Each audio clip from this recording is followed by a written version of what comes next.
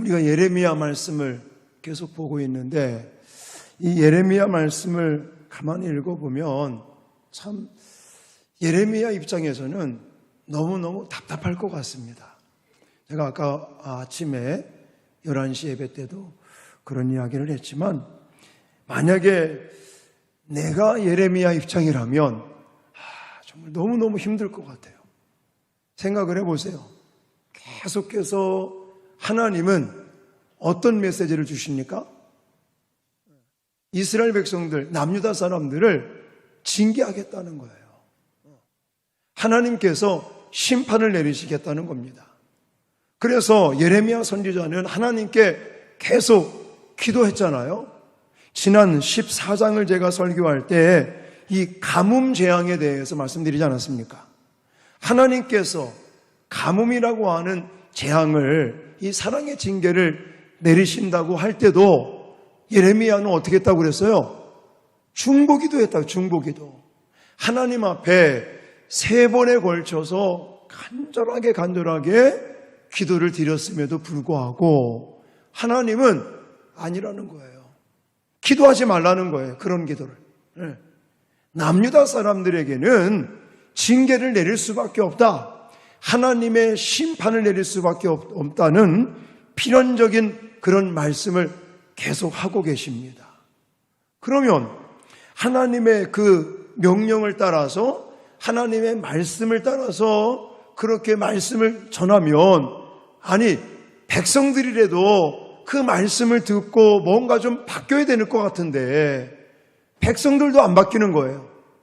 유다 사람들도 전혀 오히려 더 죄악으로 치닫는 이런 상황들로 전개되어져 가고 있고, 급기야는 예레미야 선지자의 고향 사람들, 아나돗 사람들 같은 경우는 그래도 좀 자기를 도와줄 줄 알았더니 그게 아니라 오히려 예레미야 선지자를 죽이려고 음모까지 꾸몄던 것들을 우리는 11장을 통해서 본 적이 있었습니다. 그러니 예레미야 선지자 입장에서는 굉장한 실망감과 낙심에 빠질 수밖에 없는 것을 볼 수가 있어요. 자, 오늘 본문도 제가 다 읽지는 않았지만 중요하게 말씀드리는 10절을 한번 보십시오. 10절. 그러면 어떻게 시작을 합니까? 내게 무엇이라고 그래요? 재앙이로다. 이렇게 시작을 해요. 그리고는 나를 저주하는도다. 이렇게 10절에서 이야기를 합니다. 그러니까 지금 예레미야 선지자가 3번에 걸쳐서 필사적인 중보 기도에도 불구하고 하나님의 그 확고한 심판의 의지가 바뀌지 않아요. 또 백성들은 정말 더더욱 죄악으로 치닫는 그런 모습을 보면서 아마도 선지자가 자신의 이 선지자적 어떤 그런 직무에 대해서도 한계를 느끼지 않을까? 저는 그런 느낌을 받는 것입니다. 아울러 자신이 그토록 하나님의 심판을 막아주기 위해서 노력한 당사자인 백성들의 가중되는 이 죄악뿐만이 아니라 또 선지자를 박해하고 있잖아요. 이 선지자를 공격하는 것을 보면서 자꾸만 선지자는 위기감에 빠지는 거죠. 자꾸만 고독감에 빠지고 시리에 빠지고 낙심이 찾아오고 좌절감이 엄습해오는 이런 상황이라는 것입니다. 사랑하는 성도 여러분, 우리들도 그럴 수 있단 말이에요. 우리들도. 이렇게 수요 예배 나오시는 분들은 다들 하나님의 은혜 속에, 또 하나님의 사랑 속에, 또 하나님께 기도하시면서 믿음으로 살려고 몸부림치시는 분들이잖아요. 하나님 앞에 간구하고 부르짖으면서 어찌하든지 하나님의 일을 이루기 위해서, 하나님께 영광을 돌리기 위해서 몸부림치시는 여러분들이 내가 노력하고 내가 힘쓰고 애쓰는 만큼 열매가 맺혀지지 않는다고 그래서, 뭔가 이루어지는 일들이 없다고 그래서 여러분들 가운데 혹시나 낙심되고 좌절감이 찾아오고 시리에 빠질 수 있는 사람들이 있다는 것이죠. 그럴 때마다 이 말씀을 저와 여러분들이 가슴에 새기고 기억해야 될 줄 믿습니다.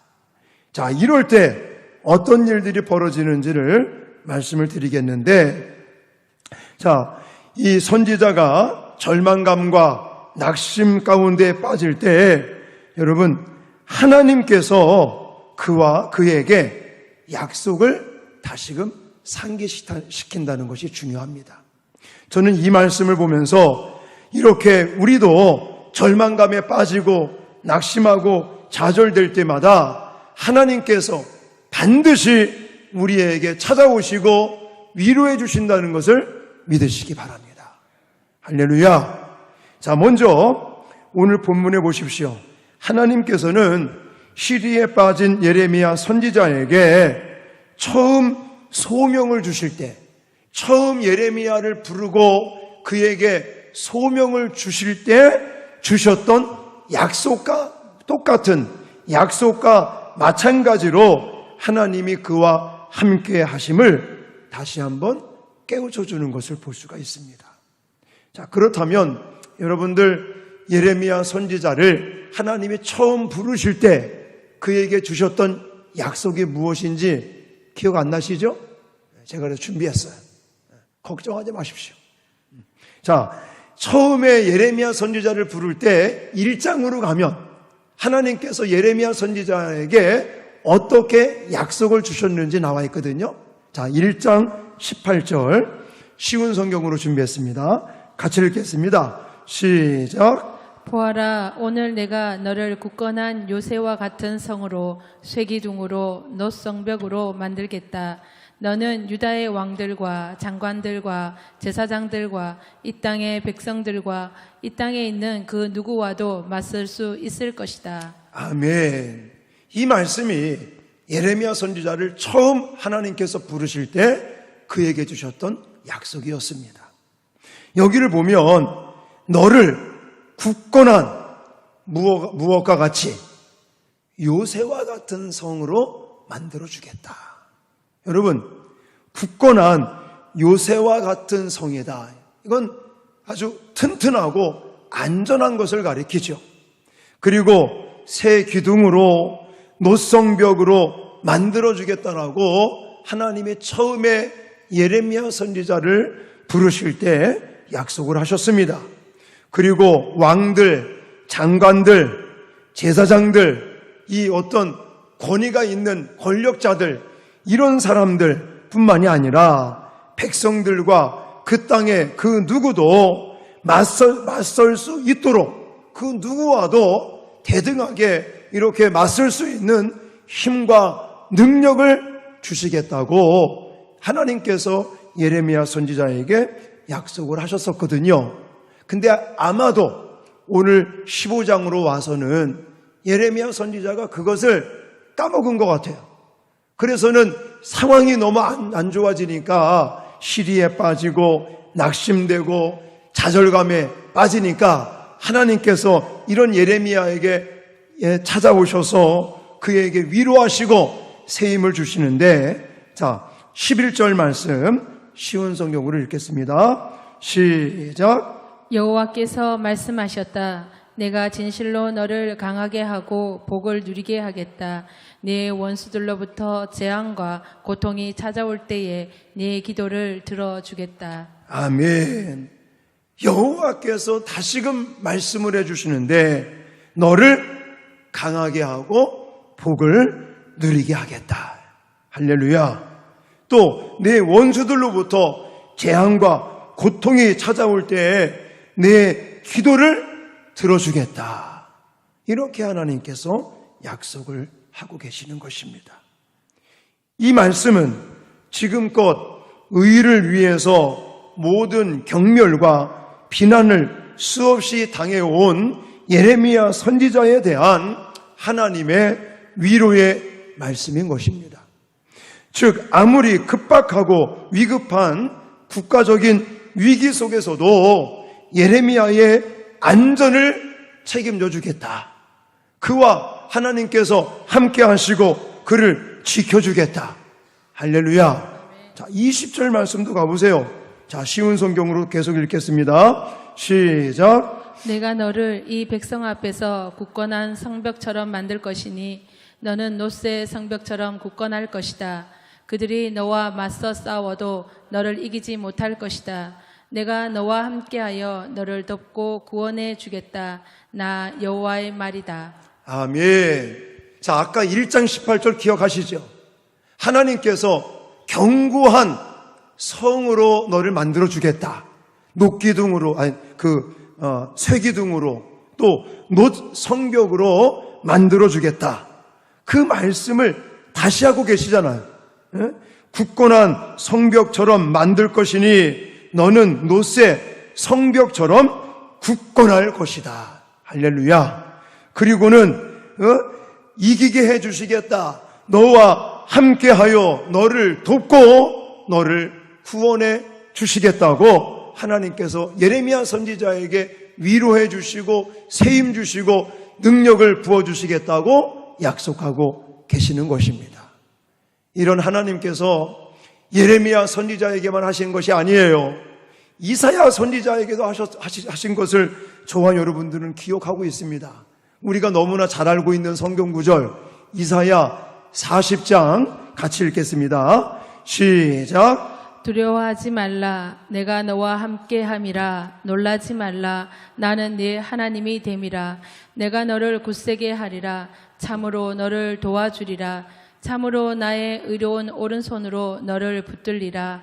보라, 내게 노하던 자들이 수치와 욕을 당할 것이요 너와 다투는 자들이 아무것도 아닌 것 같이 될 것이며 멸망할 것이라. 아멘. 이사야 선지자 시대 때 이사야에게도 하나님께서 두려워하지 말라요. 나는 내 하나님이 되겠고 너와 함께 하겠고 너를 붙들어 주겠고 너에게 이기게 해주겠다. 할렐루야. 이렇게 말씀하신 하나님이 오늘날 저와 여러분에게도 시리에 빠지거나 낙심되거나 좌절감 속에 빠지는 우리들에게도 하나님은 반드시 찾아오셔서 위로해 주시고 힘과 능력 주실 것을 믿으시기 바랍니다. 사랑하는 성도 여러분, 주님을 사랑하시죠? 또 주님을 열심히 따른다고 따라오고 계시죠? 그리고 주님을 위해서 내가 뭔가 열심히 일한다고 일하면서 혹 실망감이 찾아온다든지 낙심하는 마음들이 생길 때에 여러분 기억하십시오.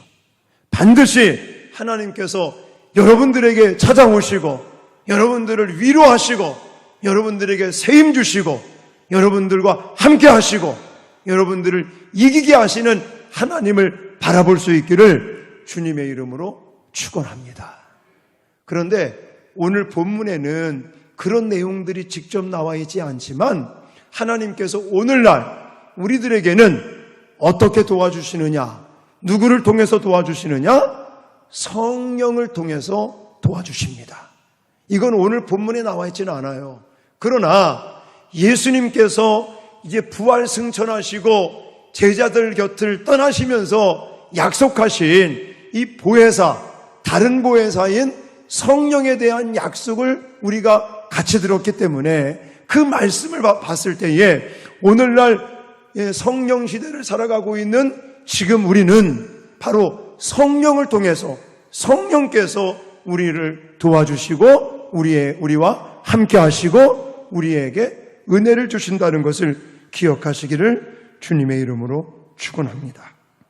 여러분, 요한복음 14장 16절로 18절 말씀을 다 같이 한번 읽겠습니다. 시작. 내가 아버지께 구하겠으니 그가 또 다른 보혜사를 너희에게 주사 영원토록 너희와 함께 있게 하리니 그는 진리의 영이라. 세상은 능히 그를 받지 못하나니 이는 그를 보지도 못하고 알지도 못함이라.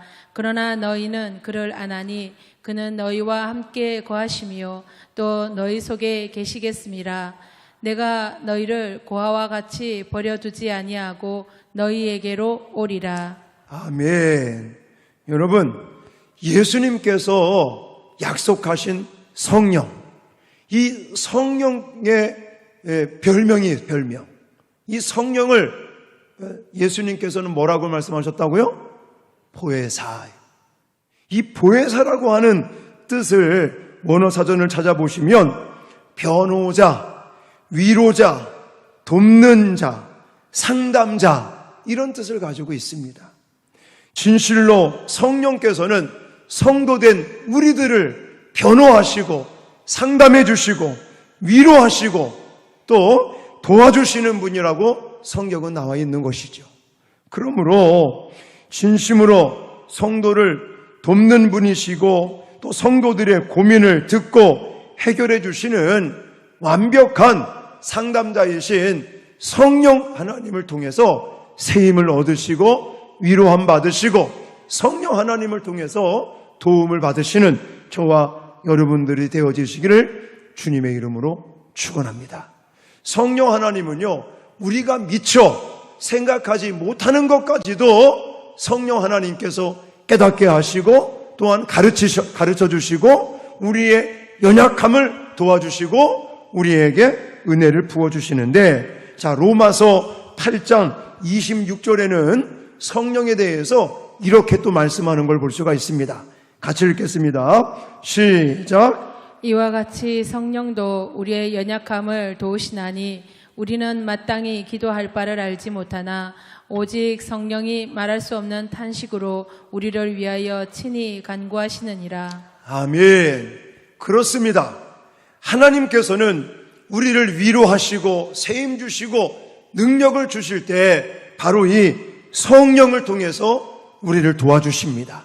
그래서 성령께서는 우리가 미처 알지 못하는 부분까지 미리 아시고, 그리고 또 우리가 기도하지 못하는 부분까지도 성령 하나님께서 정말 우리에게 은혜를 주시고 도와주고 계신다는 사실을 믿으시기 바랍니다.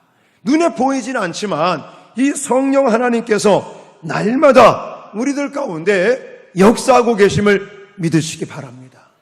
우리는요, 이런 눈에 보이지 않는다는 이유 때문에 하나님께서 성령을 통해서 우리를 위해서 일하고 계심을 이렇게 느끼지 못할 때가 너무나 많아요. 그래서 당장 우리가 뭔가 힘들고 어려운 일이 닥치면 많은 사람들은 하나님을 원망할 때가 있습니다. 그러나 절대 여러분, 하나님은요, 변함이 없으신 분입니다. 우리를 향한 사랑이 변함이 없으십니다. 그리고 하나님은 지금도 우리를 위해서 끊임없이 일하고 계심을 믿으시기 바랍니다. 상황이 안 좋아진다고 그래서 결코 하나님이 가만히 계시는 분이 아니에요. 제가 여러 번 말씀을 드렸지만 하나님의 교회를 하다 보면요, 그런 것을 느낄 때가 너무나 많아요. 대표적으로 우리가 이제는 이 명지동에 종교부지를 이제 낙찰 받겠다고 입찰에 들어가고 막 이러면서는 사실 처음에 우리 마음대로 이게 안 됐었거든요. 그래서 속으로 하나님이 참 기회를 안 주시나 보다, 아쉽다, 하나님 좀 기회를 주시고 해주시지 라는 그런 어떤 마음을 가졌을 때 하나님은요, 그냥 그것으로 끝내시는 분이 아니더라고요.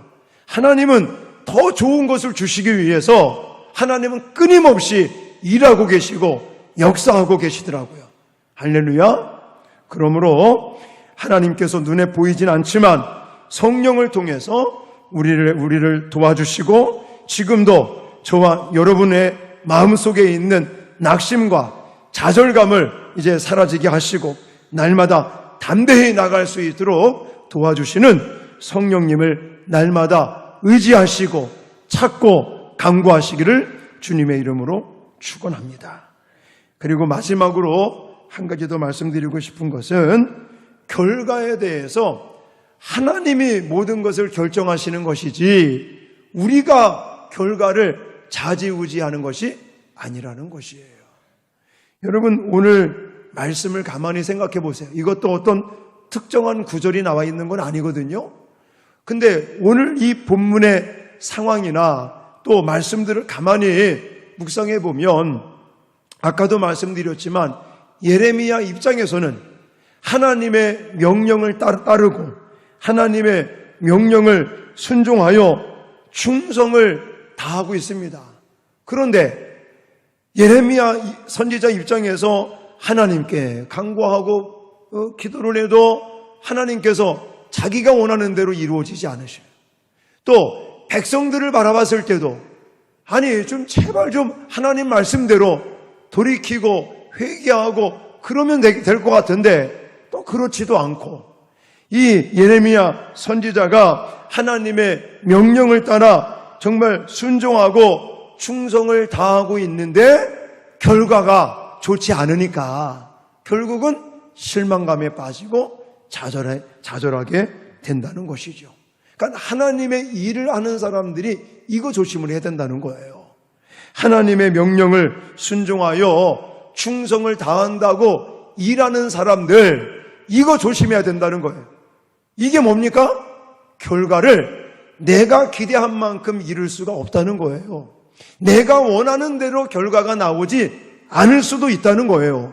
물론 때에 따라는 하나님이 내가 바라고 원하는 그런 열매들이 맺혀지게 할 때도 있지만 또 어느 때는 내가 기대한 만큼의 열매를 거두지 않을 때도 있다는 것이에요.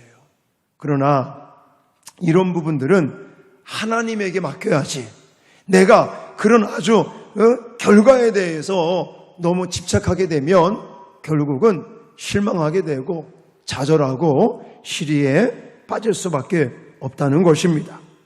여러분 예레미야도 회개하라고 그렇게 외치고 또 하나님의 말씀을 선포했음에도 불구하고 도무지 백성들이 돌이키지 않습니다. 아까도 말씀드렸죠? 오히려 자신에 대해서 뭐 했다고요? 박해하고 핍박하고 공격하고 고향 사람들, 아나도 사람들은 예레미야 선지자를 죽이려고까지 하는 그런 상황들이 벌어지고 있는 거예요. 그러니까 예레미야 선지자 입장에서는 아니 내가 이렇게 하나님 말씀 따라서 하나님의 명령에 맞추어서 이렇게 순종하고 충성하여 하나님 말씀을 전하고 있는데 왜 백성들은 변하지 않을까? 왜 백성들은 돌이키지 않을까? 이런 결과에 대해서 자꾸만 생각을 하면 낙심하게 된다는 것이죠. 그러나 우리는 결과에 너무 집착해서는 안 됩니다. 물론 게을르게 하자는 얘기는 절대 아닙니다. 하나님이 알아서 해주실 거니까 모든 결과는 하나님 손 안에 달려 있으니까 나는 그냥 손을 놔도 된다? 이런 의미는 아닙니다. 우리가 하나님 앞에 최선을 다해서 일을 하되 결과에 대해서는 누구의 주권 속에 있다고요? 하나님의 주권 속에 있는 것이다. 성경은 만사를 계획하는 것은 사람이 할 수 있어도 정말 궁극적으로 일을 이루시는 분은 누구라고 말씀하고 있습니까? 하나님이시라고 성경은 말씀하고 있는 것이죠. 자, 그래서 잠언서 16장 3절과 9절 말씀을 다시 한번 우리가 읽겠습니다. 시작. 너의 행사를 여호와께 맡기라. 그리하면 네가 경영하는 것이 이루어지리라. 사람이 마음으로 자기의 길을 계획할지라도 그의 걸음을 인도하시는 이는 여호와시니라. 아멘. 여러분, 우리가 뭔가를 막 계획을 해요. 그리고 진행을 하고 이걸 통해서 이런 결과가 나오면 좋겠다. 기대감을 가지고 정말 헌신적으로 열심히 일을 하는데 그 일한 만큼 어떤 결과가 나오느냐? 이거는 우리가 하는 게 아니라 누가 하신다고요? 여호와 하나님께서 하시는 거예요. 제발 내가 이렇게 했는데 이런 결과가 안 나온다고 그래서 속상해하지 마세요. 물론 우리가 하나님 앞에 게을리하거나 자꾸만 등한시한다든지 이러면 이건 문제가 있는 것이지만 우리가 최선을 다하는 가운데도 결과가 우리가 기대하는 만큼 열매가 맺히지 않는다고 해서 그것 때문에 우리는 실망하거나 또 좌절할 필요성이 없다는 것이에요. 하나님께서 모든 것을 이루시고 하나님께서 성취하시고 또 우리가 마음으로 계획할지라도 걸음을 인도하시고 성취하시는 분은 여호와 하나님이라는 사실을 꼭 기억하시기를 주님의 이름으로 축원합니다. 여러분, 사도 바울을 통해서 하나님은요 이렇게까지 우리에게 말씀을 하고 계십니다. 자, 빌립보서 1장 6절 쉬운 성경으로 읽겠습니다. 시작. 하나님께서는 여러분 안에서 선한 일을 시작하셨습니다. 그분은 끊임없이 일하고 계시므로 예수 그리스도께서 오시는 마지막 그날에 그 모든 선한 일을 확실히 완성하실 것입니다. 아멘. 여러분, 이런 말씀들이 성도에게 게을리 행하여도 좋다는 말은 절대 아닙니다. 그러나 자신이 계획하는 모든 일을 성취하시고 그리고 궁극적으로 선한 길로 인도하시는 분은 누구라고요? 여호와 하나님이시다라고 강조하고 있는 것입니다. 여러분, 하나님을 알고 모든 결과를 하나님께 맡기시고 또 하나님께 의뢰하시고 결과에 대해서는 하나님이 주시는 것에 대해서 우리는 늘 만족해하고 감사하는 저와 여러분들이 되어지시기를 주님의 이름으로 축원합니다. 그러므로 성도는 자신이 맡은 일을 감당함에 있어서 죽도록 충성하는 것이 중요하고요. 또 자신의 노력에 합당한 결과가 나타나지 않는다는 이유로 실망하거나 절망하거나 또 불평한다면 이것은 하나님을 불신하는 그런 처사가 될 수가 있다는 거예요. 하나님의 주권과 하나님의 능력을 이것을 무시하는 그런 죄를 범하는 격도 될 수가 있다는 것입니다. 모든 일의 결과는 누구에게 있다고요? 하나님께 전적으로 있기 때문에 우리는 모든 결과를 하나님께 맡기시고 하나님께 의탁하시고 오직 선자리에서 우리는 충성을 다하고 최선을 다하는 하나님의 일꾼들이 되어야 될 줄 믿습니다. 할렐루야. 그래서 오늘 본문을 통해서 저는 세 가지를 여러분들에게 소개를 했습니다. 이렇게 예레미야 선지자가 하나님의 명령을 따라서 열심히 사역을 함에도 불구하고 하나님에게는 아무리 기도해도 하나님이 자기가 기도한 대로 안 들어주시는 것 같고, 그리고 백성들은 자꾸만 죄악으로 치닫고 자기까지 죽이려고 하는, 또 이 가뭄에 재앙까지 내린다고 해서 하나님께 간절히 3번이나 기도했는데도 불구하고 하나님은 듣지 않으시는 것 같고, 자기는 재앙을 받은 사람처럼 저주 아래 놓인 사람처럼 그렇게 시리에 빠지고 낙심에 빠지고 좌절감에 빠지고 있었을 때 하나님은 반드시 위로하시고 세임 주시고 함께 하시고 이기게 해주시겠다는 약속을 다시금 상기시켜 주시는 그 하나님이 오늘날 저와 여러분들에게도 찾아오시고 위로하시고 능력 주실 것을 믿으시기 바랍니다. 그러나 오늘 본문에 직접적으로 나와 있지는 않지만은 하나님께서 어떻게 도우신다고요? 성령을 통해서 우리를 도우시기 때문에 지금은 우리가 날마다 성령을 사모하시고 성령을 또 인정하시고 성령의 능력을, 성령의 도우심을 간구하는 저와 여러분들이 되어야 될 줄 믿습니다. 그러면서 조심할 게 뭐라고요? 결과에 대해서는 우리가 결정하는 것이 아니라 결과는 누구의 손에 있다? 하나님의 손 안에 있다. 그렇지만 우리가 게을리하지 말고 맡은 자로서 충성을 다하면서 결과에 대해서는 하나님께 온전히 맡기고 하나님에게 의탁하고 하나님을 의지하면서 날마다 기쁨으로 하나님의 일을 감당하시는 저와 여러분 되어지시기를 주님의 이름으로 축원합니다.